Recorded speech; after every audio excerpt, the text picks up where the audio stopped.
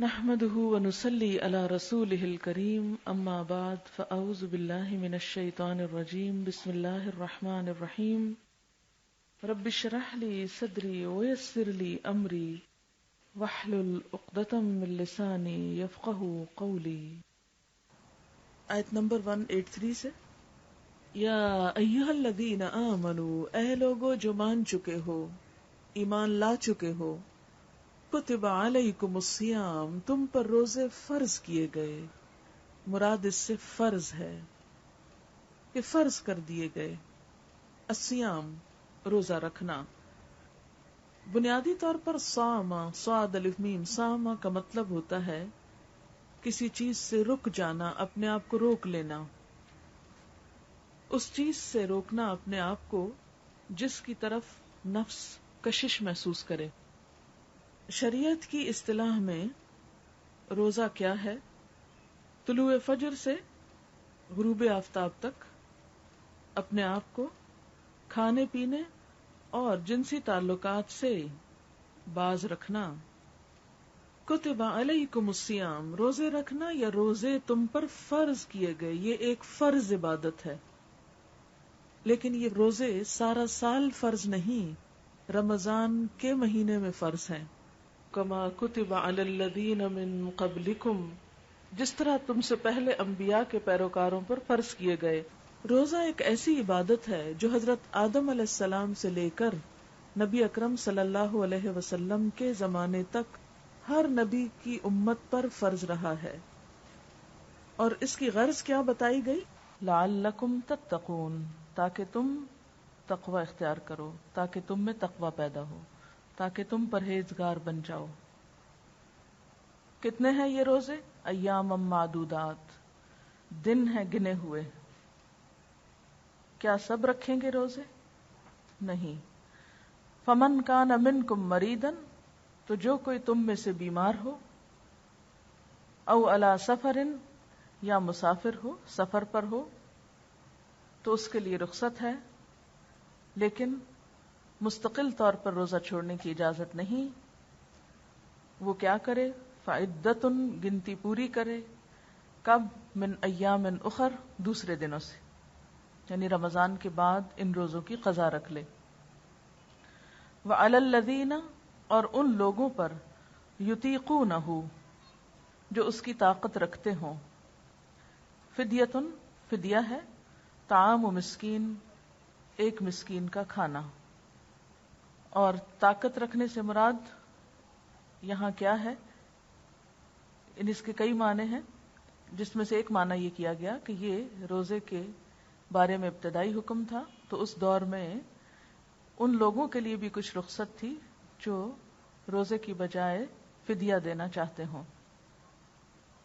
فمن تطوع، اور جو کوئی خوشی سے کرے، خیرن، نیکی، فہو خیر اللہ، تو وہ بہتر ہے اس کے لیے. یعنی روزہ ہی رکھے تو زیادہ اچھا ہے. جو شخص نیکی میں آگے بڑھے وہ اسی کے لیے اچھی ہے. وَأَن تَصُومُوا، اور یہ کہ تم روزہ رکھو، خیر لکم، تمہارے لیے اچھا ہے، ان کنتم تعلمون، اگر تم با علم ہو. شہر رمضان، رمضان کا مہینہ، الذی، وہ مہینہ ہے، انزل فیہ القرآن، جس میں قرآن نازل کیا گیا. کیا ہے یہ قرآن؟ ھدی للناس، لوگوں کی ہدایت کے لیے ہے.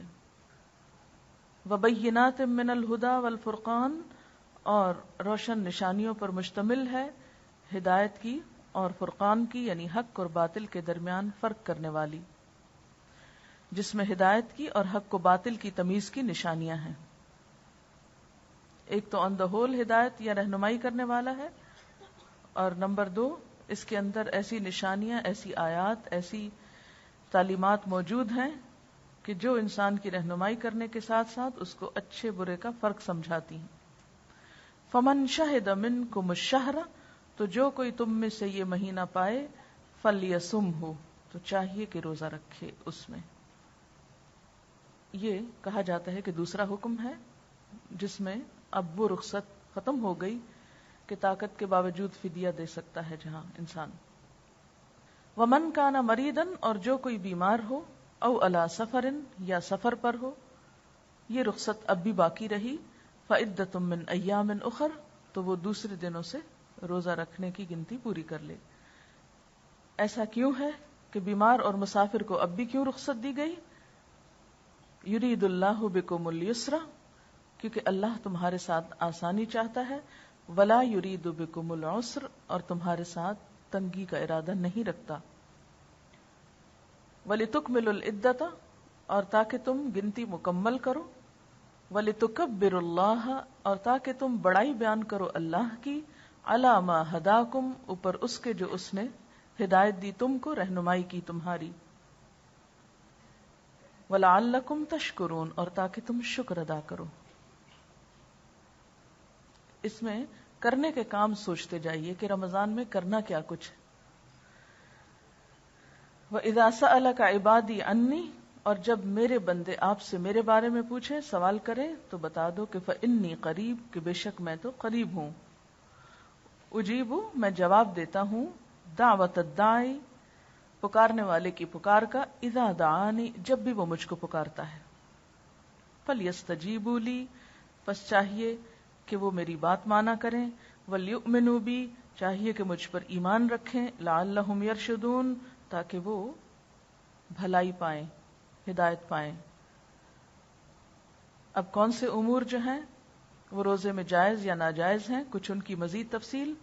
احل لکم لیلۃ الصیام، حلال کر دیا گیا تمہارے لیے رمضان کی راتوں میں، روزے کی راتوں میں، الرفث الی نسائکم، رغبت کرنا تمہارا اپنی بیویوں کی طرف، ہن لباس لکم، وہ تمہارا لباس ہیں، وانتم لباس لہن، اور تم ان کا لباس ہو۔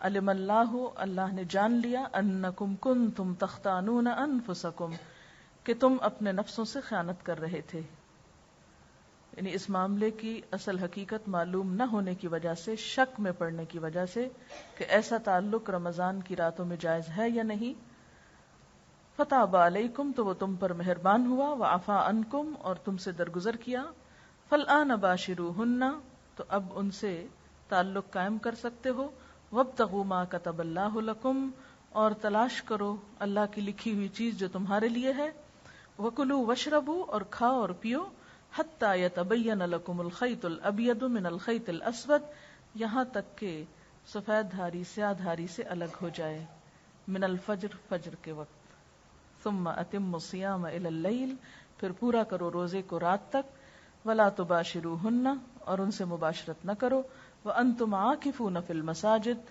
اس حالت میں کہ تم اعتکاف کر رہے ہو مسجدوں میں، تلک حدود اللہ، یہ اللہ کی حدود ہیں، فلا تقربوها، ان کے قریب بھی مت جاؤ، کذالک یبین اللہ آیاتہ للناس، اسی طرح اللہ تعالیٰ بیان کرتے ہیں لوگوں کے لیے اپنی آیات، اپنے احکامات، اپنی نشانیاں، لعلہم یتقون، تاکہ وہ تقوی اختیار کریں۔ اور کیا نہ کرو، ولا تأکلوا اموالکم بینکم بالباطل، اور اپنے مال آپس میں باطل طریقے سے مت کھاؤ، وتدلوا بہا الی الحکام، اور نہ حاکموں کی طرف کھینچ لے جاؤ، لتأکلوا فریقا من اموال الناس بالاسم وانتم تعلمون، تاکہ تم ایک لوگوں کے مالوں کا کچھ حصہ کھا سکو گناہ کے ساتھ، حالانکہ تم جانتے ہو۔ اس کی آیات تو آئیے دیکھتے ہیں کہ ان آیات میں آئندہ رمضان میں ہمارے کرنے کے کام کیا ہیں، اللہ تعالیٰ کی رہنمائی ہمارے لیے کیا ہے۔ ان کو ہم پوائنٹس میں لکھتے جاتے ہیں، ٹھیک ہے، جو جو کچھ ہم کو کرنا ہے، تاکہ یہ رمضان ہمارا ایسا گزرے کہ واقعی ہم اس سے کچھ فائدہ اٹھا سکیں، اور نہ صرف یہ کہ ہم خود اٹھا سکیں بلکہ ہمارے آس پاس کے لوگ بھی اٹھا سکیں۔ اس میں ایک چیز پر آپ غور کیجئے کہ جو پہلی آیت ہے لعلکم تتقون، ٹھیک، اس کا اینڈ بھی لعلکم تتقون پہ ہو رہا ہے، اور جہاں روزے کے احکامات ختم ہو رہے ہیں آیت نمبر 187 پہ، وہاں پر بھی آپ دیکھیے کہ آیت کا اختتام کہاں ہو رہا ہے، لعلہم یتقون۔ تو روزے کا اصل مقصود پھر کیا ہے؟ تقوی، یعنی اس ساری ایکٹیویٹی سے جو بھی رمضان میں ہوگی، جن جن احکامات پر عمل کریں گے، ہم جو کچھ کریں گے، جو کچھ چھوڑیں گے، ان سب کا جو نچوڑ ہے یا خلاصہ ہے، یہ جو چیز ہم کو لینا ہے وہ تقویٰ ہے. تو یہ تو ہمارا گول ہو گیا، ایم ہو گیا ہمارا. اس کے لیے کرنے کے کام کیا کیا ہے؟ نمبر 1 تو روزہ رکھنا ہے، کیونکہ پہلی آیت میں ہی کہا گیا کتب علیکم الصیام، اور پھر وَأَن تَصُومُوا خَيْرٌ لَكُمْ، اور پھر تاکیدی حکم فَلْيَصُمْهُ. ٹھیک ہے. نمبر 1 روزہ رکھنا، جس کی دلیل کیا کیا ہے. اس کو بے شک اپنی کتاب پہ انڈر لائن کر لیں یا جیسے بھی آپ لکھنا چاہیں. تو کتب علیکم الصیام وَأَن تَصُومُوا خَيْرٌ لَكُمْ اور فَلْيَصُمْهُ. اس کے بعد آیت 185 میں شہر رمضان الذی انزل فیہ القرآن، رمضان وہ مہینہ جس میں قرآن نازل کیا گیا ہے. روزہ رکھنے کے بعد دوسرا عمل قرآن کے ساتھ تعلق. اگرچہ ساری زندگی مومن کا تعلق رہتا ہے، لیکن خاص طور پر ان آیات کے ریفرنس سے قرآن سے تعلق اور رمضان کے حوالے سے. یہاں پر قرآن پاک کے اتارنے کا اصل مقصد کیا بتایا گیا ہے کہ یہ ہے کیا؟ ہدی للناس. کیا ہے؟ ہدی للناس. کیا ہے؟ کیا معنی ہے ہدی للناس؟ ہدایت ہے انسانوں کے لیے، ساری انسانیت کے لیے. للناس تو وہ کون ہے؟ للناس وہ کہاں رہتے ہیں؟ جن کے لیے یہ ہدایت ہے وہ ہم خود بھی ہیں اور ہمارے آس پاس کے لوگ بھی ہیں. تو قرآن پاک کے ساتھ ایسا تعلق کہ اس کی رہنمائی سے ہم خود بھی فائدہ اٹھائیں اور ہمارے آس پاس بھی اٹھائیں. وَبَيِّنَاتٍ مِّنَ الْهُدَى وَالْفُرْقَانِ، اور پھر یہ رہنمائی ایسی ہو کہ قرآن پاک کے اندر تلاش کیا کرنا ہے. نمبر 1 وہ نشانیاں، وہ اہم چیزیں، یعنی ساری کتاب رہنمائی ہے، لیکن پھر بینات. بینہ کیا ہوتا ہے؟ نشانی، روشن نشانی، یعنی وہ آیات اور وہ احکامات خاص طور پر جس سے ہمیں ایک رہنمائی نصیب ہو. اور کس چیز کے بارے میں خصوصی توجہ؟ والفرقان، فرقان پر، حق و باطل، اچھے برے، حلال حرام، جائز ناجائز میں تمیز. اس کو خود اپنے پہ بھی دوبارہ واضح کریں اور دوسرے لوگوں پر بھی. اب یہ کام کیسے ہو سکتا ہے؟ اسی صورت میں ہو سکتا ہے جب ہم اس مہینے میں خود بھی سمجھ کر پڑھیں اور دوسروں کو بھی. تو کرنے کے کاموں کی لسٹ میں، یعنی تقویٰ جو ہے یہ گول ہے، اس کو تو بالکل سینٹر میں رکھیں یا سب سے اوپر رکھیں. اور کرنے کے کام میں نمبر 1 روزہ رکھنا، اور پھر قرآن پاک سے تعلق، پھر یہ کہ اس کے نیچے کیسا تعلق، ہدی للناس لکھ لیں. اور پھر اس کے بعد ہے یرید اللہ بکم اليسر ولا یرید بکم العسر ولتکملوا العدہ، تاکہ گنتی پوری کرو.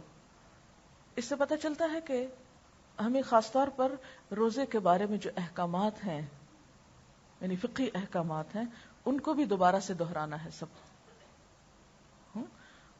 خصوصاً آپ دیکھیں کہ ہمارے معاشرے میں آہستہ آہستہ یہ چیز بہت اہم ہوتی جا رہی ہے کہ لوگ پہلے نماز نہیں بھی پڑھتے تھے، روزہ ضرور رکھتے تھے، لیکن اب روزہ نہ رکھنے والے بھی پیدا ہوتے جا رہے ہیں اور اس کے لیے کئی طرح کے جواز پیش کرتے ہیں. اور خصوصاً خواتین میں یہ مشکل ہے کہ روزہ رکھتے تو ہیں لیکن اگر اس میں سے کچھ چھٹ جاتے ہیں تو ان کی گنتی پوری کرنے میں سستی اور کوتاہی ہوتی ہے، اس کی طرف توجہ نہیں.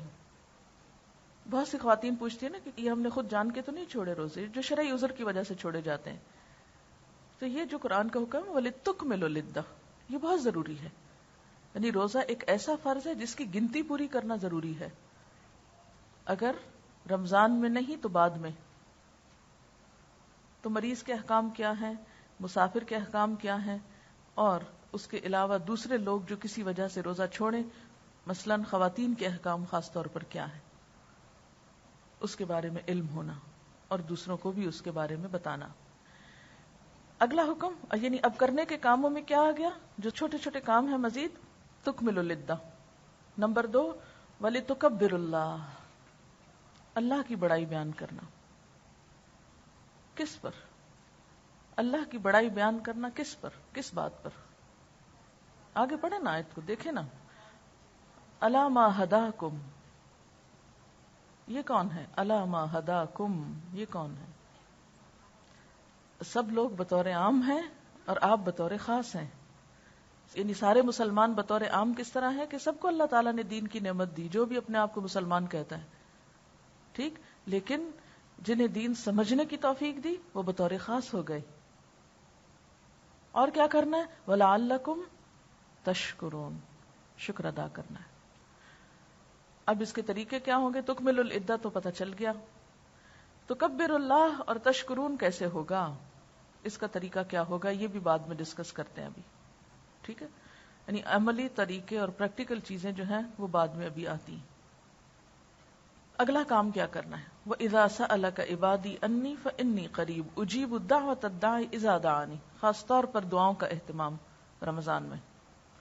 قبولیت کے اوقات عام دنوں کے مقابلے میں زیادہ بڑھ جاتے ہیں. جیسے سحری کے وقت دعاؤں کی قبولیت کا وقت ہوتا ہے، روزے کی حالت میں آپ حالت عبادت میں ہیں، دعاؤں کی قبولیت کا وقت ہے، اور افطار کے وقت خاص طور پر، پھر رات کو تراویح میں قرآن سننے کے بعد. تو یہ سارے مواقع جو ہیں قبولیت دعا کے ہیں، اس لیے دعاؤں کا خاص طور پر اہتمام. یعنی عام دنوں میں بھی جو دعائیں مانگتے ہیں تو اس میں ذرا سی اور کثرت یا حسب استطاعت کثرت مواقع سے فائدہ اٹھانا. یعنی اللہ تعالیٰ کی رحمتوں کے دروازے کھلنے والے ہیں، تو جتنا چاہیں اس سے مانگ لیں، جو چاہیں اس سے مانگیں. لیکن اس کے لیے کیا کرنا ہوگا؟ وَلْيَسْتَجِيبُوا لِي، یہ بھی تو میری بات مانا کریں.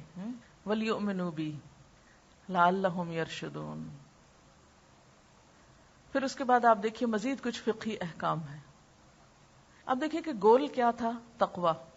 اچھا، جب ہم تقوی کی بات کرتے ہیں نا تو ہم سمجھتے ہیں شاید دنیا چھوڑ دینا تقوی ہے، شوہر کو چھوڑ دینا، اس سے کوئی تعلق نہ رکھنا اور دنیا کی کسی چیز سے رغبت نہ رکھنا، شاید یہ تقوی ہے. یہاں بتایا گیا کہ نہیں، جائز حدود کے اندر ایون رمضان میں بھی انسانوں کے حقوق ادا کرنا وہ تقوی ہے.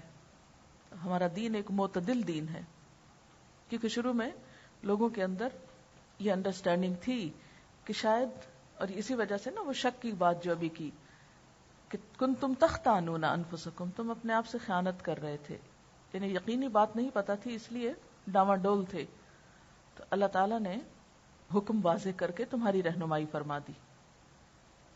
کسی بھی ایک چیز کی طرف جھکاؤ کا ہو جانا وہ آسان ہوتا ہے کہ انسان ایک راستہ اختیار کر لے یا دوسرا کر لے، اور دونوں کو ساتھ لے کے چلنا مشکل ہوتا ہے عام طور پر. تو اس چیز کی طرف بھی توجہ دلائی گئی. پھر اسی طرح آپ نے بخاری میں پڑھا ہوگا کہ صوم وصال سے منع کیا گیا کہ روزے کے ساتھ جوڑ کے روزہ رکھنا. اسی لیے کلو وشربو، کھاؤ پیو، یعنی افطار کے بعد کھانا، سحری کے وقت کھانا. اور سحری کے وقت کھانے کا جو حکم ہے اس کے بارے میں آپ کچھ احادیث آپ کو معلوم ہوگی کہ اس وقت کھانا جو ہے وہ باعث برکت ہے، باعث رحمت ہے. اس کی طرف توجہ دلائے گی، خواہ ایک دودھ کا گھونٹ ہی کیوں نہ ہو، لیکن سحری کھانا جو ہے وہ ضروری ہے. تو اور رمضان میں کرنے کا کام پھر کیا ہوا؟ ازدواجی معاملات اور کھانے پینے کے معاملات میں رہنمائی، یعنی اللہ تعالیٰ کی رہنمائی. اور کھانے پینے کے معاملات میں مزید تھوڑی سی بات یہ کہ کیسی خوراک، یعنی دنیا کے اعتبار سے بھی ذرا سوچ لیں کہ اپنا وقت بچانے کے لیے کیا پکائیں گے، اور عبادتوں میں یکسوئی کے لیے کیا پکائیں گے. نہ اس میں بالکل ہی ایسی خوراک ہو کہ جس سے اتنی کمزوری لاحق ہو جائے کہ روزہ ہی نہ رکھ سکیں، اور آپ کہیں کہ میں تو تقویٰ کے حصول کے لیے فاقہ کشی کر رہی ہوں. تو روزہ رکھنا فاقہ کشی کرنے کا نام نہیں ہے. اور اسی طرح نہ اتنا زیادہ کھانے پکانے کی طرف توجہ ہو کہ تراویح نہ پڑھی جا سکے، یا یہ ہے کہ صبح نماز کے بعد قرآن کی طرف توجہ نہ دی جا سکے. تو اس چیز کی طرف بھی، یعنی فوڈ مینجمنٹ جو ہے اس پہ بھی تھوڑی سی بات. اور اس کے اوقات پھر بتا دیے گئے کہ کب تک یہ حتی یتبین لکم الخیط الابیض من الخیط الاسود من الفجر. اگلا کام کیا کرنے کا ہے؟ قیام اللیل، یعنی رات کی تراویح کی نماز جو ہے پھر مزید اعتکاف، جن کو اللہ تعالیٰ نصیب کرے، جن کے اوپر اور ذمہ داریاں کم ہوں، جیسے بچے چھوٹے یا گھر پر کوئی بیمار یا بزرگ یا کوئی ایسا جس کی خدمت مطلوب ہو، تو اگر وہ ہے تو اس کی خدمت ہی عبادت ہے. لیکن اگر کوئی ایسی ذمہ داری خاص نہیں ہے تو پھر اعتکاف کی طرف بھی توجہ. اور اس کے بعد اگرچہ یہ رمضان کے احکامات میں سے نہیں ہے لیکن اس سے ملحق ہے. ملحق کا کیا مطلب ہے؟ جڑا ہوا ہے. اس کے فوراً بعد آیا کہ اللہ کے حکم سے اگر حلال کھانا چھوڑتے ہو تو حرام بھی چھوڑ دو.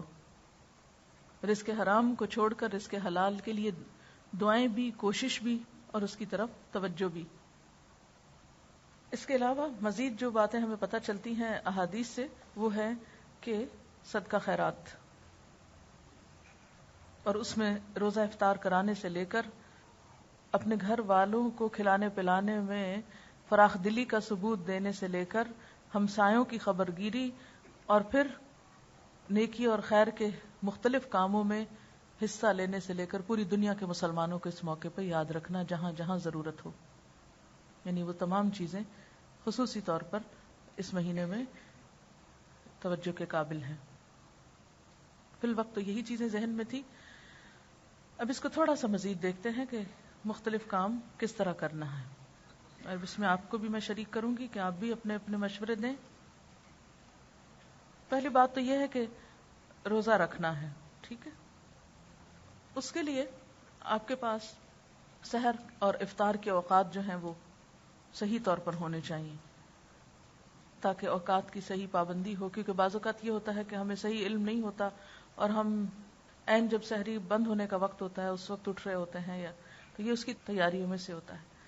اس کے علاوہ کوئی بھی اچھی کتاب یا کوئی بھی اچھی کیسٹ اس موضوع پر ضرور ایک دفعہ سن لیں تاکہ پوری چیز کی تیاری یا ذہن آمادہ ہو جائے. اس کے بعد یہ ہے کہ قرآن پاک کے ساتھ تعلق کے طریقے سوچیں.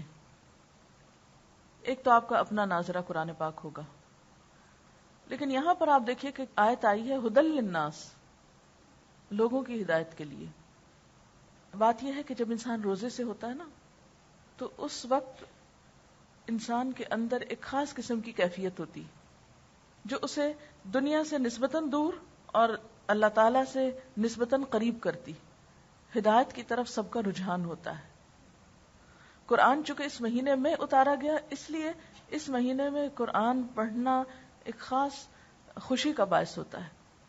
اس کو سیکھنا اور اس کو سمجھنا اور اس کو سکھانا ایک خاص قسم کی کیفیت انسان کے اندر پیدا کرتا ہے جو قرآن پاک روزے کی حالت میں پڑھا یا پڑھایا جاتا ہے. تو یہاں پر آپ دیکھیے کہ صاف طور پر لکھا گیا ہے کہ یہ کتاب انسانیت کی ہدایت کے لیے، لیکن انسانیت تک اس کتاب کی ہدایت کس وقت جائے گی؟ اسی وقت جائے گی کہ جب قرآن کے جاننے والے اس علم کو دوسروں تک پہنچائیں گے کسی بھی طریقے سے، خواہ کتاب دے کر، خواہ پڑھ کے سنا کر، خواہ کسی بھی اور طریقے سے. لیکن رمضان کے موقع پر جبکہ دوسرے لوگوں کا بھی رجحان قرآن پاک کی طرف ہوتا ہے تو ان کے قرآن کی محبت کو اصل حکم کی طرف پھیر دیجئے کہ وہ اس سے ہدایت حاصل کریں. اس کے لیے آپ کیا کر سکتے ہیں کہ اپنے اپنے گھر میں، اپنے اپنے علاقوں میں، اگر آپ کسی اسکول میں جا سکتے ہیں تو اسکول میں، کسی کلب میں، کسی بھی جگہ جہاں پر لوگ اکٹھے ہوں وہاں پر آپ اس چیز کا اہتمام کر سکتے ہیں کہ مل جل کر قرآن پاک پڑھیں. اس کے لیے ضروری نہیں کہ آپ مفسر قرآن ہی ہوں تو آپ یہ کام کر سکتے ہیں. آپ کچھ نہ کیجئے، صرف قرآن کا ترجمہ ہی پڑھ کر سنا دیجئے. اور اگر آپ سمجھتے ہیں کہ آپ کو پڑھ کے سنانے میں دقت ہے تو آپ کیسٹ کے ذریعے بھی مدد لے سکتے ہیں، یا آپ جو آنے والے لوگ ہیں ان کو بھی شریک کر سکتے ہیں اگر ان میں سے اچھی اردو پڑھنے والے ہیں. یا آپ یوں بھی کر سکتے ہیں کہ قرآن پاک کی جیسے تلاوت ایک رکوع کی سنی ہے پھر اس کے بعد اس کا ترجمہ جیسے ابھی آپ کو سنائی گئی، ایک کیسٹ پلیئر آپ کے پاس ہو، آپ کیا کریں، ناظرہ قرآن پاک کے سیٹس آپ کے پاس کیسٹ کی شکل میں موجود ہوں. الحمدللہ یہ ابھی جو قرات آپ نے سنی ہے یہ بھی تیار کرائی گئی ہے، محسنی کا سیٹ تیار ہو چکا ہے، اجمی کا موجود ہے، شاطری کا موجود ہے.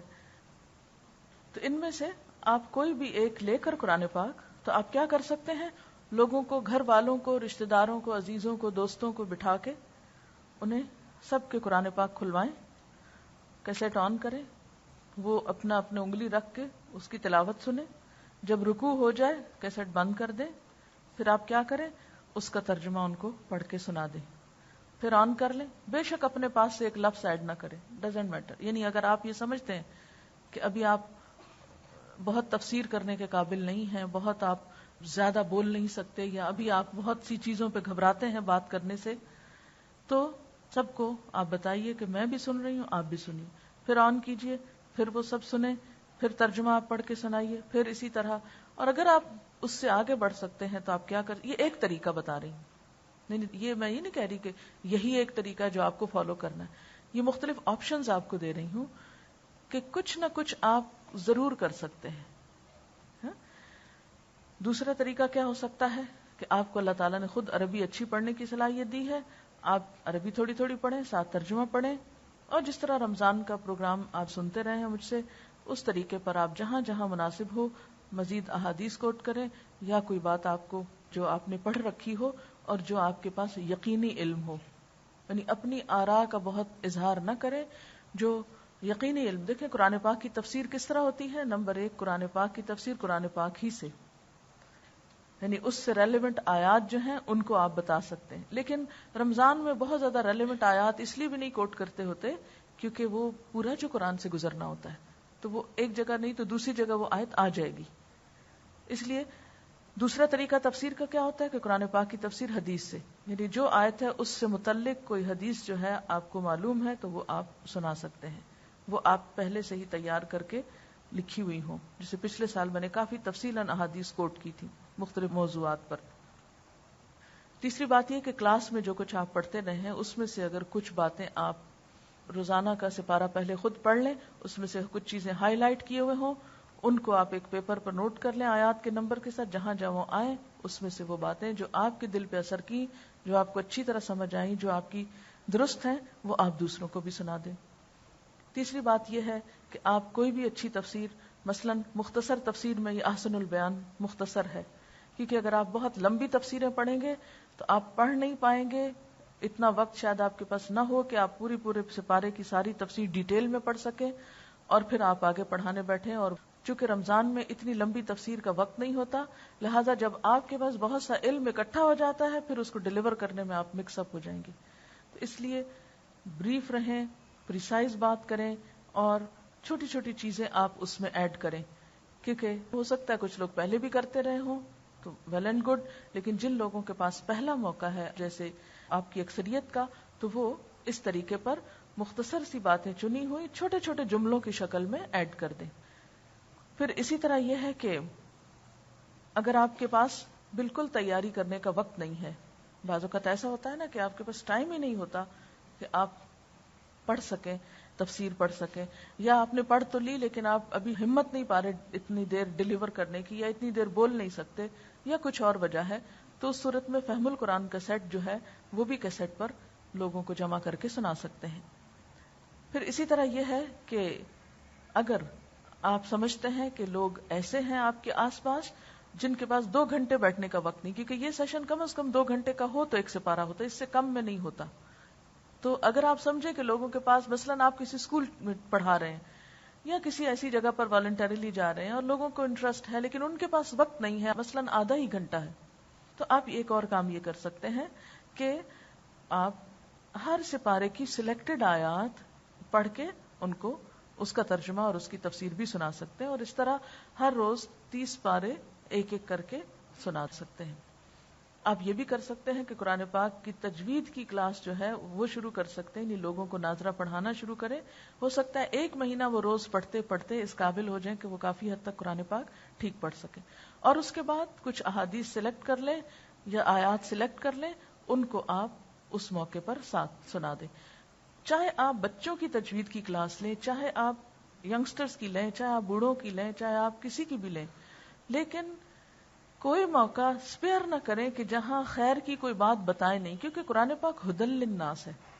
تجوید پڑھنا لازم ہے, یعنی صحیح پڑھنا قرآن پاک کو ضروری ہے, لیکن خالی وہ پڑھا کے فرض ادا کرنا مت سمجھے, اس کے لیے ساتھ ضروری ہے کہ کچھ نہ کچھ, جو ظاہر ہے کہ جب قرآن پڑھاتے ہیں تو یہ ہو نہیں سکتا کہ اپنا دل نہ تڑپنا شروع ہو جائے, اور وہ بات جو آپ کو لگ رہی ہے وہی آپ بات دوسرے کو بھی کہانی کی شکل میں اور کسی نہ کسی آسان طریقے سے دوسرے تک نہ پہنچائیں.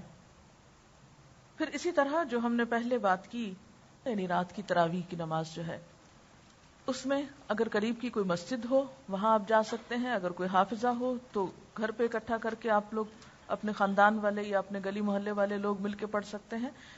لیکن ان راتوں میں قیام کا بہت اجر ہے، اور جو قرآن پاک حالت نماز میں حالت قیام میں پڑھا جاتا ہے اس کا اجر و ثواب بھی کچھ اور ہے. جسے وہ حدیث میں آتا ہے نا، من قام رمضان ایمانا و احتسابا غفر له ما تقدم من ذنبه، جس نے رمضان کی راتوں میں قیام کیا ایمان اور احتساب کے ساتھ، اس کے پچھلے گناہ معاف کر دیے جائیں گے. تو حسب موقع تراویح کا اہتمام جو ہے، اور اس میں آسانی ہو جاتی ہے اگر چند لوگ مل کے پڑھیں. اگر اور کوئی نہیں آپ کے پاس، اپنے بچوں کو ساتھ کھڑا کر لیں، کیونکہ بعض اوقات تو مسجد نہیں جاتے یا کچھ ہوتا ہے، ان کو کھڑا کریں یا کچھ. اور جیسا کہ آپ کو بتایا بھی گیا تھا کہ حضرت عائشہ رضی اللہ تعالی عنہا کے غلام جو تھے حضرت زکوان، وہ مصحف سے بھی دیکھ کر پڑھا کرتے تھے. تو اگر کوئی نہیں آپ کے پاس، کوئی اور دوسرا نہیں، نہ کوئی حافظ ہے، نہ مسجد ہے، نہ کچھ، تو قل هو اللہ پہ تراویح مت پڑھیں. اس کے لیے کیا کریں، موٹے لفظوں والا سپارہ پاس رکھ کے اور اکیلے بھی کھڑے ہو کر ایک ایک سپارہ رات کو پڑھ لیں. اور اگر آپ کے ساتھ کوئی اور لوگ موجود ہیں تو ہر 2 یا 4 رکعتوں کے بعد آپ کیا کر سکتے ہیں کہ اسی سپارے کے جو اہم موضوعات ہیں ان میں سے چند ایک کے بارے میں بتا سکتے ہیں کہ دیکھیں ہم نے جو سپارہ پڑھا ہے اس کے اندر کیا بات آئی ہے. تو اس طرح اگر آپ میں سے ہر شخص صرف 10 لوگوں تک بھی اس رمضان میں قرآن کی تعلیم پہنچاتا ہے تو آپ خود سوچیے کہ بات کہاں تک جا سکتی ہے. اور زیادہ تو آپ جتنا چاہیں اس نور کو بڑھا لیں. پھر اسی طرح آپ یہ بھی کر سکتے ہیں کہ ہر روز تھوڑے تھوڑے جو مسائل ہیں وہ بھی بیان کر سکتے ہیں کہ کن چیزوں سے روزہ ٹوٹ جاتا ہے، کن چیزوں کو کرنا چاہیے، کن کو نہیں کرنا چاہیے. ان چیزوں پر بھی آپ بات کر سکتے ہیں. اور کوشش کریں کہ اختلافی مسائل سے بچیں اور اس میں جھگڑے نہیں اور اس کو بہت ایشو نہیں بنائیں. خاص طور پر ہمارے ہاں جس موضوع پہ بہت رمضان میں جھگڑا ہوتا ہے وہ تراویح کی تعداد ہے. اس میں آپ لوگوں کو ان کی سہولت پہ چھوڑ دیں، ان کا پیچھا نہ کریں کہ وہ اتنی پڑھیں یا اتنی پڑھیں. یہ ایسی چیزیں نہیں ہیں کہ جس پر ہم آپس میں دل برے کریں اور مسلمانوں کی اجتماعیت میں خلل آئے اور ایک دوسرے پر حرف اٹھائیں، کیونکہ یہ تقویٰ کے خلاف ہے. کیوں کہا گیا کہ جو کوئی روزے میں ہو تو اسے کیا کرنا چاہیے، اسے شور شرابے اور لڑائی جھگڑے سے پرہیز کرنا چاہیے. اور اگر کوئی اس سے لڑنے جھگڑنے کو آئے تو فَلْيَقُلْ إِنِّي امْرُؤٌ صَائِمٌ، کہ میں تو روزے سے ہوں، میں تو اس پہ بحث نہیں کر سکتا، میں جھگڑا نہیں کر سکتا، جو تمہارا دل چاہتا ہے وہ تم کر سکتے ہو. بنیادی طور پر جو نبی صلی اللہ علیہ وسلم کی سنت سے جو چیز ثابت ہے کہ رمضان اور غیر رمضان میں آپ جو تھے وہ 8 رکعت پڑھتے تھے، لیکن زیادہ نفلوں کے اوپر کوئی قید نہیں. اگر کوئی 20 پڑھتا ہے یا آپ کسی مسجد میں پڑھتے ہیں اور وہاں 20 میں قرآن پاک کا سپارہ پورا ہو تو سپارے کو پورا کیجئے، اور اس میں 20 پڑھنے میں حرج نہیں ہے، اس کو 20 تک پڑھ جائیے. یعنی یہ ایسی چیزوں میں سے نہیں ہے کہ جو حرام حلال کے دائرے میں آتی ہیں یا نعوذ باللہ کسی بدعت اور اس میں آتی ہیں. اس میں بنیادی طور پر بات یہ ہے، صرف اتنا سا فرق ہے کہ بعض لوگوں کے نزدیک نبی صلی اللہ علیہ وسلم کی سنت 8 ہی تھی، اور اگر کوئی زیادہ پڑھنا چاہے تو اس پر کوئی اعتراض نہیں. تو اس میں یہ ہے کہ اگر آپ کسی ایسی مسجد میں ہیں کہ جہاں پر 8 پڑھ رہے ہیں اور سپارہ وہاں مکمل ہو گیا ہے تو اس میں آپ یہ نہ سمجھے کہ ہم گناہگار ہو رہے ہیں. ان میں کیا ہوتا ہے کہ قیام لمبا ہو جاتا ہے. پھر اس کے علاوہ تو میرا نہیں خیال کہ کسی اور موضوع پر کوئی بہت اختلافی رائے پائی جاتی ہو رمضان اور روزے کے احکام سے متعلق، اس لیے باقی چیزوں میں انشاءاللہ آپ کو مشکل نہیں ہوگی احکام بتاتے ہوئے. اور ویسے بھی آپ پڑھ کے ہی سنائیں گے، اپنے پاس سے تو فتوے نہیں دیں گے. پھر اس کے بعد دعائیں جو ہیں کوشش کریں کہ لوگوں کے اندر مسنون دعاؤں کا رواج ہو، کیونکہ دعا ہر انسان کی ضرورت ہے، لیکن ہمارے ہاں غیر مسنون طریقے بہت رائج ہو گئے ہیں. تو اس کی وجہ سے بسا اوقات ایسی دعائیں بھی آ جاتی ہیں کہ جن میں جو مفہوم جو ہے وہ اتنا درست نہیں ہوتا، یا اس میں کچھ ایسے الفاظ شامل کر دیے جاتے ہیں بسا اوقات جو شرک کی حد تک پہنچتے ہیں. تو جب آپ مسنون چیزوں کو انشاءاللہ رواج دیں گے تو وہ چیزیں بغیر کسی جھگڑے کے خود بخود ختم ہوتی جائیں گی، اور خود اپنی بھی دعا کا اعتماد. اچھا ایک اور چیز، آپ اپنی کلاسز میں جیسے اگر سکھانا ہو تو اجتماعی طور پر اونچی آواز میں دعا پڑھوائیں، لیکن جیسے آپ لوگ پڑھتے ہیں تو کبھی کبھی خاموش بھی پڑھیں، کیونکہ صرف راگ لگا کے دعا پڑھنے سے بعض اوقات نقصان یہ ہوتا ہے کہ دوسرے لوگ پڑھ رہے ہوتے ہیں اور ہماری پوری توجہ کوئی نہیں ہوتی اس پر. ہم کوئی بیچ میں سے آدھا جملہ ادھر پڑھ لیا، آدھا آخر میں پڑھ لیا، بیچ میں سانس لیتے رہے، اور اس طرح وہ دعا کا جو پورا ادب ہے وہ نہیں رہتا.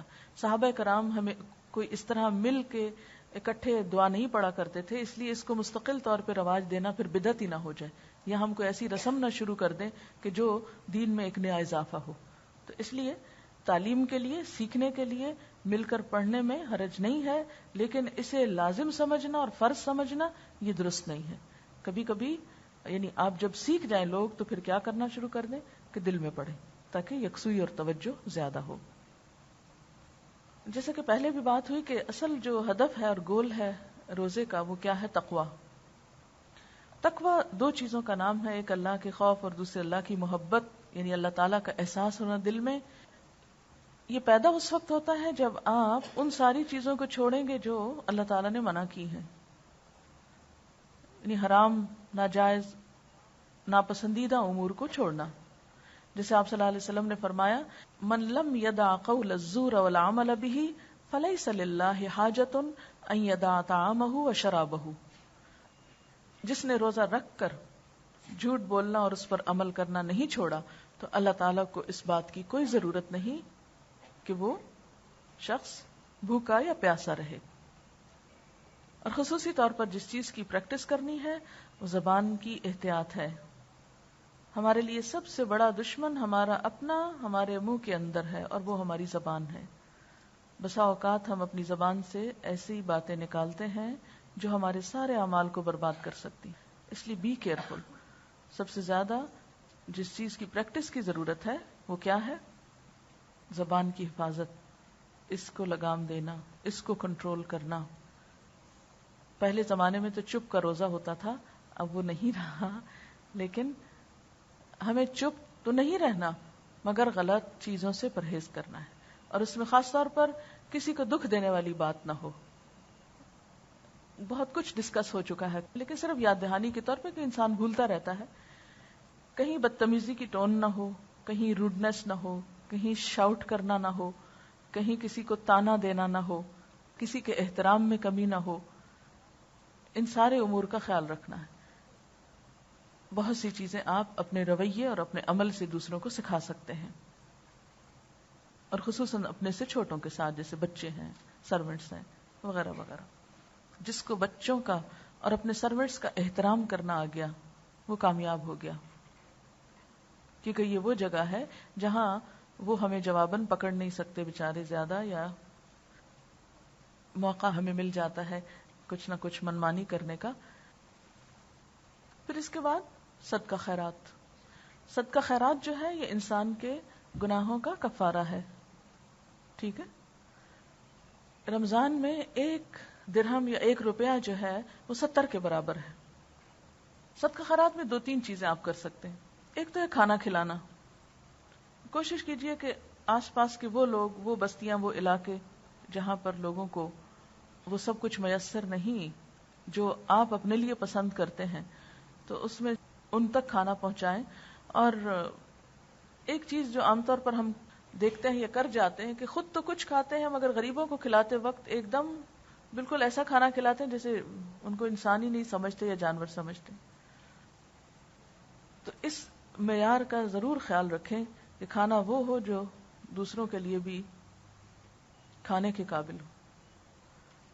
بسا اوقات ہم پکا پکایا کھانا بھجواتے ہیں مختلف جگہوں پر یا مختلف علاقوں میں، تو اس میں بھی اس پہلو کا خیال ضرور رہے کہ وہ لقمہ آپ خود کتنی خوشی سے کھا سکتے ہیں جو ہم دوسروں کو ثواب اور اللہ کی خوشی کے لیے کھلا رہے ہیں. کیونکہ قرآن پاک میں کیا آتا ہے کھانا کھلانے کے بارے میں؟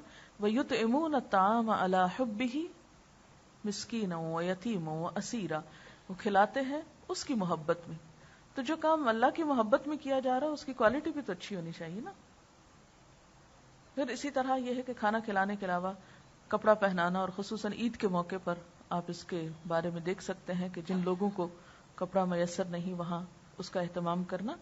یعنی آپ یوں کر سکتے ہیں کہ جو اپنے صدقات ہیں ان کو کچھ تقسیم کر لیجئے، کچھ اپنے آس پاس کے لوگوں کو. یہ نہ ہو کہ ہم دوسری طرف کرتے کرتے اپنے جو ہمسائے ہیں ہمارے وہ بھوکے ہوں، یا ہمارے جو غریب عوام ہیں وہ ترستے تڑپتے رہیں کہ ان کو جو رمضان میں جو کچھ تھوڑا بہت ملتا تھا وہ سارا ان کا حق جو ہے وہ مارا جائے. تو بنیادی طور پر جو صدقات ہوتے ہیں کسی بھی علاقے کے وہ انہی کے غرباء پہ جاتے ہیں. ہاں اس کے علاوہ بھی اگر کہیں اور ضرورت ہے تو بھیجے جا سکتے ہیں، مگر اپنے علاقے کے ضرورت مند لوگوں کو، اپنے شہر کے، اپنے ملک کے، ان کو بھی آپ فراموش نہیں کریں گے. کیونکہ بسا اوقات ہم امبیلنس ہو جاتے ہیں، ایک طرف کام کرنے لگتے ہیں تو دوسری طرف بالکل ہم بند کر دیتے ہیں کہ نہیں اب یہ تو گویا ضرورت ہی نہیں رہی.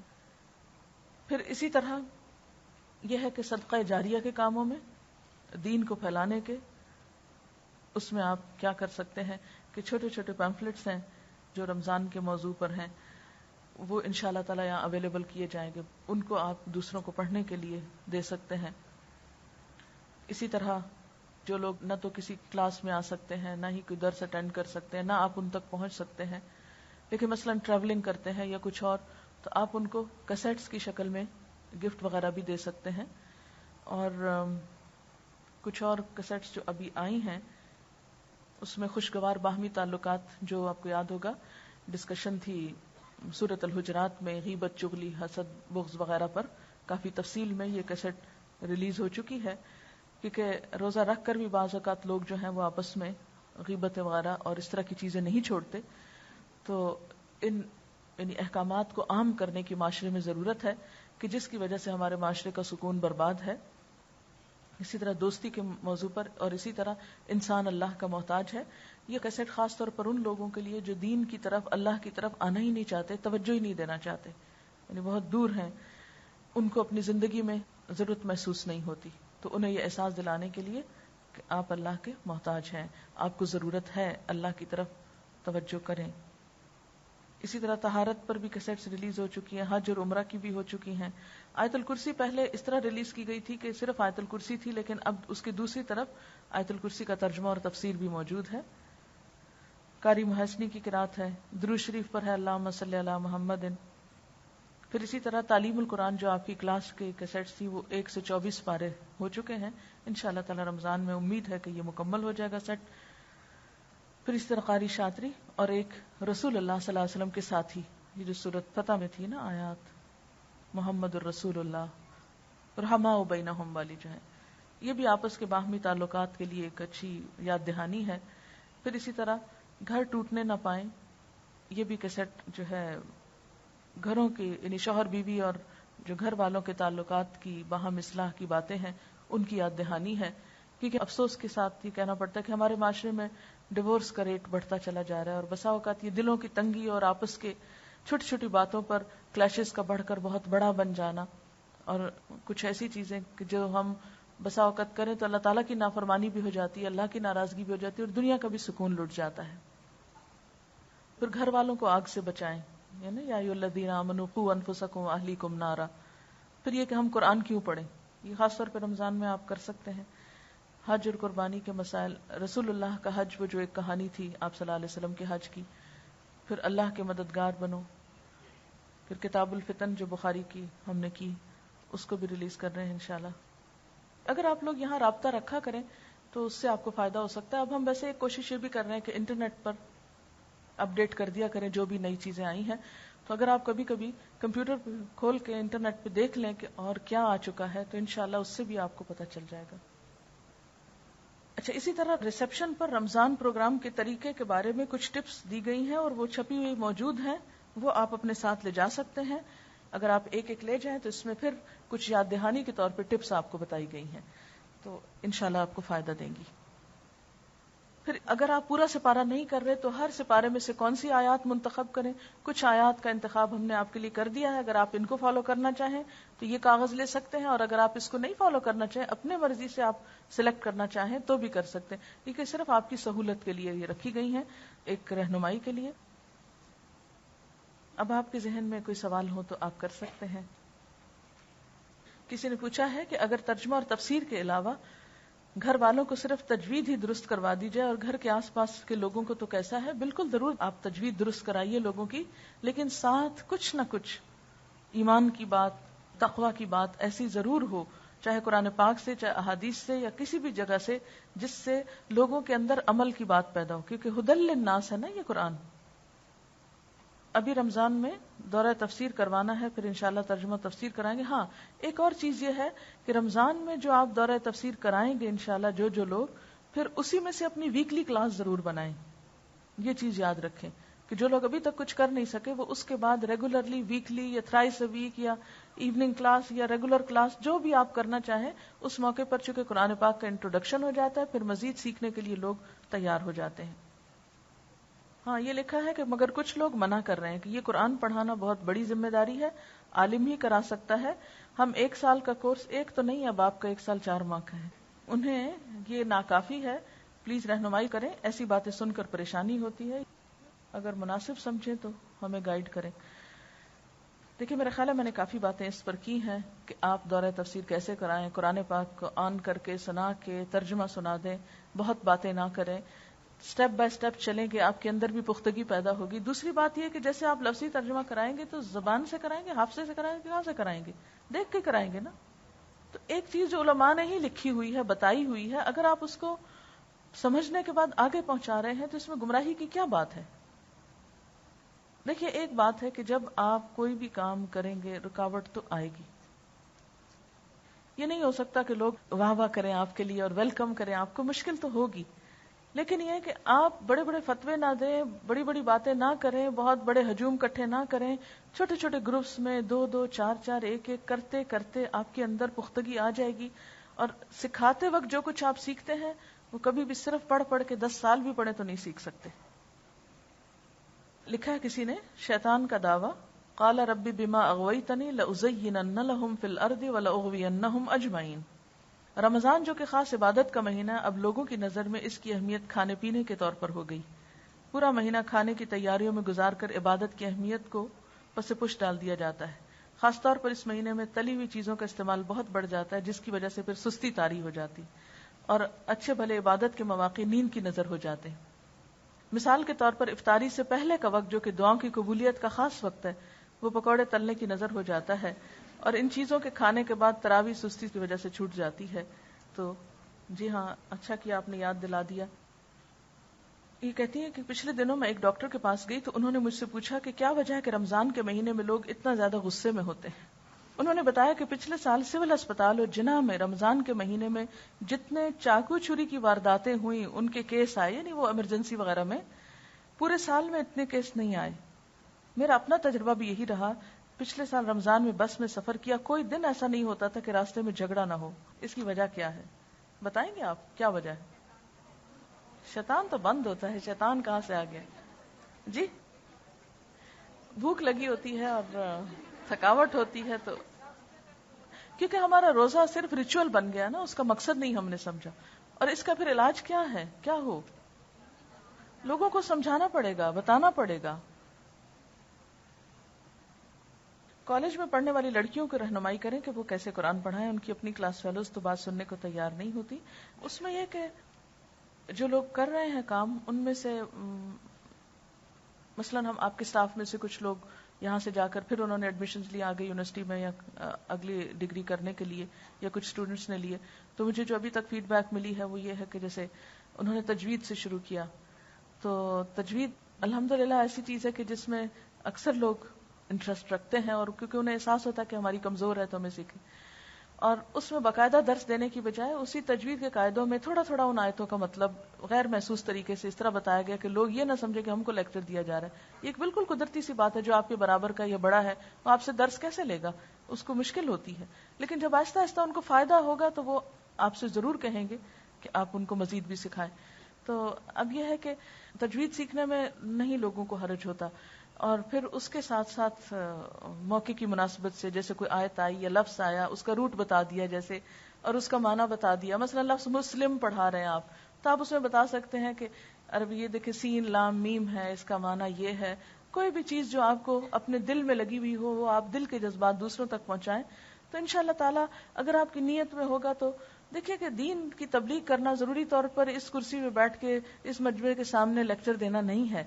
کہیں بھی بیٹھ کے آپ بات کر سکتے ہیں، اور اگر آپ کچھ بھی نہیں کہہ رہے آپ سنتے جائیں لوگوں کی باتیں اور اپنے معاشرے کو پہچانتے جائیں کہ مشکل کیا ہے. اور پھر جہاں موقع پائیں آسان طریقے سے بات کریں. حضرت یوسف علیہ السلام نے جیل خانے میں تبلیغ کتنی کی تھی اور کیا کی تھی؟ بتائیے مجھ کو. یاد ہے آپ کو سورۃ یوسف؟ اتنا اچھا رویہ رکھا تھا کہ جب آس پاس کے لوگوں نے کیا کہا، محسن سمجھا ان کو، اور پھر جب انہوں نے موقع پایا تو ساری بات کر دی.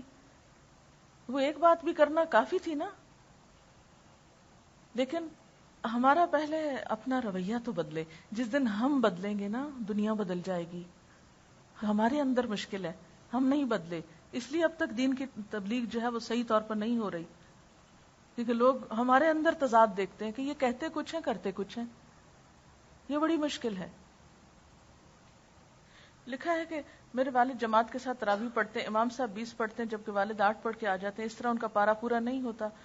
تو آپ ان کو کہیں کہ اگر آپ وہاں نہیں پڑھ سکتے، مزید بازو کا تھکے ہوتے ہیں، سارا دن بےچارے کام کرتے ہیں مرد حضرات، اگر اتنا بھی پڑھ رہے ہیں تو غنیمت ہے، ایسا نہ ہو کہ. تو اس میں یہ کہ انہیں کہیں کہ گھر پہ پورا کر لیں. یہ لکھا ہے کہ how can one control over temper and behaviour then teach Quran, کیونکہ لوگ پہلے سے کہتے ہیں خود تو ایسی اور قرآن پڑھنے چلی ہیں. ہاں صحیح ہے. اس میں سمجھتی ہوں کہ جیسے نبی صلی اللہ علیہ وسلم نے اس کا حل بتایا، اذا غضب احدکم فلیسکت، اذا غضب احدکم فلیسکت. کیا معنی ہے اس کا؟ اذا جب غضب غصہ آ جائے، احدکم تم میں سے کسی ایک کو، کیا کرے؟ فلیسکت چپ ہو جائے. یہ علاج ہے اس کا. کسی اور وقت بتا دیں جو بتانا ہے کسی کو، اس وقت چپ ہو جائیں. صرف ایک بات اگر آپ سیکھ لیں کہ غصے کے وقت یا جب کوئی آپ کو بہت برا بھلا کہہ رہا ہے اس وقت چپ، اب نہیں بولنا، بعد میں دیکھیں گے. کیونکہ ہم یہ سوچتے ہیں کہ اس وقت دوسرے کو ہم سب کچھ سمجھا دیں جبکہ وہ غصے میں ابل رہا ہے، وہ کیسے سمجھے گا؟ ابھی تو سمجھنے کی حالت میں ہی نہیں. ایک عورت گھر میں کیسٹ چلا کر تراویح پڑھ سکتی ہے، انہیں کسی قاری کے پیچھے، اس طرح نہیں پڑھی جا سکتی. اسی طرح صلاۃ التسبیح کی بات یہ تھی کہ اس میں نفل نماز ہے اور متعدد احادیث سے اس کا ثبوت ملتا ہے. اور نفل نماز کے بارے میں احادیث یہ بھی ملتی ہیں کہ اکیلے بھی اور جماعت کے ساتھ بھی کبھی کبھار پڑھ سکتے ہیں. روٹین میں اس کو نہ پڑھیں نہ پڑھائیں، بلکہ اوکیجنلی کبھی کبھی اس کا اہتمام اگر کر سکیں تو اس سے یہ ہے کہ آپ کے اپنے اندر بھی ایک خشوع و خضوع پیدا ہوگا اور دوسروں کو بھی اس سے فائدہ ہوگا. لیکن اسے ایک بیسک نارم نہیں بنا لیں. اطلاع کر دیں لیکن لوگوں کو اس پہ پش نہیں کریں، زبردستی نہیں لائیں. اور دوسرا یہ ہے کہ اس کے لیے باقاعدہ کوئی دعوت نامے نہیں بھیجے لوگوں کے گھر میں لکھ کے کہ ہم صلاۃ و تسبیح کرانے لگے ہیں تو آپ ضرور آئیں. ورڈ آف ماؤتھ جو ہے اس کے ذریعے آپ لوگوں کو انفارم کر سکتے ہیں. پھر اگر کوئی آتا ہے تو ٹھیک، اگر کوئی نہیں آتا تو وہ اس کی اپنی مرضی. کیونکہ کوئی بھی چیز ایک رسم یا رواج ایسے نہ بننے پائے کہ جو دین میں ایک نئی چیز بن جائے، کیونکہ کل بدعت ضلالہ و کل ضلالۃ فی النار. اچھا ایک اور چیز کہ اگر آپ لوگوں نے رمضان کی کوئی پلاننگ کی ہوئی ہے آلریڈی تو پلیز اس کو بتا دیجئے، کیونکہ ہم سے لوگ یہاں فون کر کے پوچھتے ہیں. مثلا ہم فیڈرل بی ایریا سے بول رہے ہیں، وہ جو پچھلے سال رمضان کا پروگرام ہوا تھا وہ ہو رہا ہے کہ نہیں ہو رہا. اب ہم یہ نہیں چاہتے کہ یہ کہہ کے فون بند کر دیجیے وہ نہیں ہو رہا. ہم یہ چاہتے ہیں کہ ان کو بتائیں کہ جی آپ کے علاقے میں فلاں جگہ پہ ہو رہا ہے، آپ وہاں چلے جائیں. ٹھیک ہے؟ تو اپنے اپنے علاقے یا جگہ کا نام، ایڈریس ہم کو لکھوا دیں، ہم اس کو اپنے بورڈ پہ بھی لگا دیں گے پوری لسٹ بنا کے. اور اس کے علاوہ اس کو اپنے ریسپشن پہ رکھ کے جہاں سے کوئی ہمیں اس سے ریلیونٹ شخص کال کرے گا جو انٹرسٹ شو کرے اس کو آپ کے پاس بھی بھجوا دیں گے. ٹھیک ہے؟ اس طرح ہو سکتا ہے کہ ایک شخص ایسا آپ کے پاس آ جائے کہ جس کو آپ بتائیں اور وہ آپ کے لیے بہت بڑا صدقہ جاریہ بن جائے. ٹھیک ہے؟ تو اس کو آپ نے نہیں بھولنا. ایک بات یہ بھی آپ کر سکتے ہیں کہ اگر آپ کسی وجہ سے روزانہ نہیں کر سکتے، پورا مہینہ نہیں کر سکتے، ویکلی کچھ کر سکتے ہیں تو وہ بھی کر لیجئے. اور ایک چیز میں چاہوں گی کہ رمضان کا انٹروڈکشن ہر شخص بھرپور طریقے سے کرائے. ابھی میں لاہور سے آ رہی ہوں اور لاہور میں جس گروپ سے میری ملاقات ہوئی ہے ان کی جو ٹیچر تھیں وہ وہاں ان کو پڑھا رہی تھی. وہ پہلے بیکن ہاؤس میں پڑھاتی تھی، پھر انہوں نے کورس کیا، پھر اس کے بعد قرآن پڑھانا شروع کیا. بہت اچھی استاد ہیں ویسے ہی بائی نیچر، اور جب انہوں نے قرآن کو بھی پڑھانا شروع کیا تو لوگوں کا انٹرسٹ بہت ڈیولپ ہوا. اس کے بعد اتفاق ہوا کہ ان کے ہسبینڈ کی ٹرانسفر پی سی بھوربن میں ہو گئی. اب وہ کلاس جو تھی وہ خالی ہو گئی، اس ایریا میں اور کوئی اسٹوڈنٹ ایسا نہیں تھا کہ جو ان کو پڑھا سکے. اب ہوا یہ کہ انہوں نے کچھ کیسٹ سے مکمل کیا، کچھ بیچ بیچ میں ان کو کوئی ملا، معلوم نہیں کس طرح انہوں نے بہرحال کمپلیٹ کیا. اب وہ گروپ ماشاءاللہ مجھے دیکھ کے اتنی خوشی ہوئی کہ انہوں نے کیا کیا ہے کہ ایک ایک اسٹوڈنٹ 40 گھر، کیونکہ ہمسائے کی حد 40 گھر تک ہوتی نا، 40 گھروں میں ایک ایک ڈور پر گئی ہیں، ڈور ٹو ڈور، اور ان کو جا کر بتایا ہے کہ ہم اس جگہ پر یہ قرآن رمضان میں کرنے لگے ہیں، آپ آئیے. اور وہ کہتے ہیں کہ پورا دن لگا ہم کو 40 گھر ناپنے میں، جانے میں، کیونکہ آپ یہ نہیں کر سکتے دروازہ کھول کے آپ کے وہ رمضان کا پروگرام ہو رہا ہے آئیے. آپ کو تھوڑا سا بات کرنا پڑے گی اور ہاتھ میں کوئی چیز ہونی چاہیے کہ آپ کیا کرنے والے ہیں، آپ دوسرے کو مطمئن کریں. تو اگر آپ یہ کر سکیں کہ اپنے ہمسایوں میں سے جن کے پاس آپ ابھی تک نہیں گئے اور جن کے بارے میں آپ سے سوال ہوگا، کیونکہ ہمسائے کا بھی حق ہوتا ہے، تو آپ جا کر ان کو خود بتائیے. اگر خود نہیں بتا سکتے پیپر لکھ کے ڈال دیجئے، کیونکہ ابھی پہلا سٹیپ ہے، تھوڑا سا آپ سے مانوس ہو جائیں، پھر آپ ان سے ملاقات بھی کر سکتے ہیں. تو آپ یہ بھی کر سکتے ہیں کہ ان تک پہنچ کے ان کو دعوت دیں، جو اب تک نہیں نکلے ہو سکتا ہے نکل آئے. مجھے خود اپنی ایک بہت اچھی اسٹوڈنٹ اسی طرح ملی کہ جب فرسٹ رمضان میرا اسلام آباد میں تھا پی ایچ ڈی کرنے کے بعد جب میں واپس آئی ہوں، تو میں اسی طرح خود ایک دروازے پہ اپنے ہمسایوں کے اپنی ایک دوست کو لے کر ساتھ گئی. کسی نے دروازہ کھولا، کسی نے نہیں کھولا، کیونکہ حلیہ بھی تو ایسا ہی ہے. تو اس میں یہ ہوا کہ بہت سے لوگ آئے بھی، اور الحمدللہ اسی سے یہ بنیاد پڑی. انٹرسٹنگ بات آپ کو بتاؤں کہ وہ جو 10 سال پہلے قرآن پاک اس طرح میں نے گلی گلی پھر کے شروع کیا تھا، رمضان سے اس کی ابتدا کی تھی. اور رمضان بھی ہر روز نہیں ہوتا تھا، یہ دورہ قرآن نہیں کر پا سکتے تھے کیونکہ لوگ پریپیئرڈ نہیں تھے. کیونکہ نیا علاقہ جو ہوتا ہے اس میں جب کسی نے کیا نہ ہو ایسا کام، تو وہ کہتے ہیں 2 گھنٹے ہم روز گھر سے نکلے، ہمارے تو کام ہی ختم نہیں ہوتے، ہم نہیں نکل سکتے. تو میں خود بھی یونیورسٹی جاتی تھی، میرے اپنے پاس بھی 2 گھنٹے روز نہیں تھے. تو ہم نے ویکینڈ پہ شروع کیا. ہر ویکینڈ پہ ہم ایک دفعہ نماز تسبیح پڑھی، اس کے ساتھ تھوڑا درس کیا، پھر اگلے ویکینڈ پہ کچھ اور لوگ آئے، کچھ قرآن پاک پڑھا، کچھ اسی طرح کیا. اور الحمدللہ اس کے بعد میں نے کلاس شروع کی. پھر ایک گھر میں ایک دن ہوتی، دوسرے دن دوسرے گھر میں. خواتین کی وہ ایک کمیٹی سی بنی ہوتی ہے نا، پارٹی گیٹ ٹوگیدر کرتے، اور وہ کرتے کرتے کرتے الحمدللہ وہ ایک 3-4 مہینوں میں اس موقع پہ پہنچ گئے کہ ہمیں ریگولر کرنا چاہیے. وہ لفظی ترجمہ جو اس وقت میں نے شروع کیا، الحمدللہ نیکسٹ ویک، یعنی ہر منڈے کو ہوتی کلاس، تو نیکسٹ ویک اس کا ختم قرآن ہے. اور اتفاق یہ ہے کہ اسی دن ہمارا 8th بیچ کی سورۃ الفاتحہ ہے، اور اسی دن اسلام آباد جو بلڈنگ بنی ہے اس کی افتتاح ہے. اور میں سوچ رہی تھی کہ اگر مجھے کوئی اس دن کہتا کہ یہ جو تم دروازے دروازے پھر رہی ہو، کوئی فائدہ نہیں، کوئی نہیں سنتے لوگ، کون آئے گا تمہاری بات سننے کے لیے، کوئی نہیں وقت لوگوں کے پاس. اگر میں ان لوگوں کی بات مان کر بیٹھ جاتی، ہمت ہار جاتی، تو آج یہ موقع نہیں آتا. تو اس کام میں، اس راستے میں استقامت بہت ضروری. جو مرضی کوئی باتیں بنائے، کچھ بھی کہے، ہماری خیر اسی میں ہے کہ ہم خیرکم من تعلم القرآن وعلمہ، ہم نے یہ کام کرنا ہے. اچھا، اور یہ بالکل اتفاق ہے، کوئی پلاننگ نہیں اس میں کہ اس دن ختم ہونا چاہیے تھا اس کو، بس نارمل سپیڈ سے جیسے ہر ویک ہوتا ہے. پچھلے ویک میں نے کلاس لی ہے اس کی، سورۃ العادیات پڑھائی ہے، سورۃ القاریہ اور کچھ اور صورتیں. تو اب اتنی رہ گئی تھی. اور ویسے بھی ہمارا ہر سال روٹین ہوتی تھی کہ ہم رمضان سے 1 ویک پہلے رمضان کے افتتاح کا پروگرام کر کے اس کو ختم کر دیتے تھے. اور رمضان میں نہیں پھر یہ ہوتی تھی، پھر رمضان کے بعد شروع ہوتی. اب ہم رمضان کے بعد ایوننگ میں 3 دن کا پروگرام وہاں شروع کرنے لگے اس ویکلی کلاس کی بجائے. اور لوگ پریپیئرڈ ہیں اب 3 دن پڑھنے کے لیے. جو ایک دفعہ آتے تھے ان میں سے بہت سو نے صبح میں داخلہ لے لیا، اور بہت سے اب شام میں انشاءاللہ لے لیں گے، لیکن وہ مکمل ہو گیا. پھر یہ کہ الحمدللہ بلڈنگ مکمل ہوئی، تو اس کی اپنی ایک خوشی ہے کہ اللہ کا شکر ہے کہ ایک ٹھکانہ یا چھت ہے کہ جس کے نیچے جیسا بھی ہے کہ ایک اپنی مرضی سے تو کچھ کام کر سکے. کیونکہ جب انسان ادھر ادھر بھٹکتا پھرتا ہے تو بہت سے کام کر نہیں پاتا. کیونکہ میرا پرسنل جو ہے یقین وہ یہ ہے کہ انسان بہت سی تبلیغ صرف ماحول سے کر سکتا ہے، تقریر کیے بغیر. ایک شخص دروازے سے اندر داخل ہوتا ہے تو اس کو دیکھتے ہی جو فیلنگ آتی ہے، یا وہ اللہ کی محبت کی آ سکتی ہے یا وہ دین سے بیزاری کی آ سکتی. میرے ساتھ بدقسمتی یہ ہوئی کہ مجھے بہت سی ایسی جگہوں پہ جانے کا اتفاق ہوا کہ جہاں اندر قدم رکھتے ہی مجھے دین سے محبت کی بجائے ایک ریپلشن ہونے لگی. کہ تو مجھے اس ایک بٹر ایکسپیرینس کی وجہ سے میں چاہتی ہوں کہ چھوٹی سی جگہ بھی ہو، حتیٰ کہ ایک چھوٹا سا کمرہ یا ایک چند لوگ بھی کہیں بیٹھے ہوں تو وہ اس حال حلیے میں بیٹھے کہ آنے والا ان کو دیکھ کے دین کی طرف مائل ہو جائے. تو بہرحال کہنے کا مطلب یہ تھا کہ جب ہم کام شروع کرتے ہیں نا، تو ہم کو لوگوں کی باتیں بھی سننا پڑتی ہیں، در در پھرنا بھی پڑتا ہے، دھکے کھانے پڑتے ہیں، بہت سے غم اٹھانے پڑتے ہیں. پھر کرتے کرتے کرتے بہت سے لوگ، وہ ایک شعر ہے نا، گئے دن کے تنہا تھا میں انجمن میں، یہاں اب میرے رازداں اور بھی ہیں. کہ ایک وقت تھا کہ جب میں تنہا یہ بات کرتا تھا، اب بہت سے لوگ میرے ساتھ شامل ہو چکے ہیں. تو آپ سب بھی اس وقت اپنی اپنی جگہ پر کیا ہیں؟ اکیلے ہیں. میں اکیلا ہی چلا تھا جانب منزل، مگر لوگ ملتے گئے، قافلہ بڑھتا گیا. ٹھیک. تو آج اگر آپ کو تنہائی محسوس ہوتی ہے، آج اگر آپ کو یہ محسوس ہوتا ہے کہ ہم تھوڑے ہیں، اکیلے ہیں، انشاءاللہ اگر آپ نے مستقل کوشش جاری رکھی تو اللہ تعالیٰ اس میں برکت ڈالے گا، اور ایک وقت آئے گا انشاءاللہ کہ جب بہت سارے لوگ اللہ تعالیٰ کی اس کتاب کو جاننے والے ہوں گے، سننے والے ہوں گے.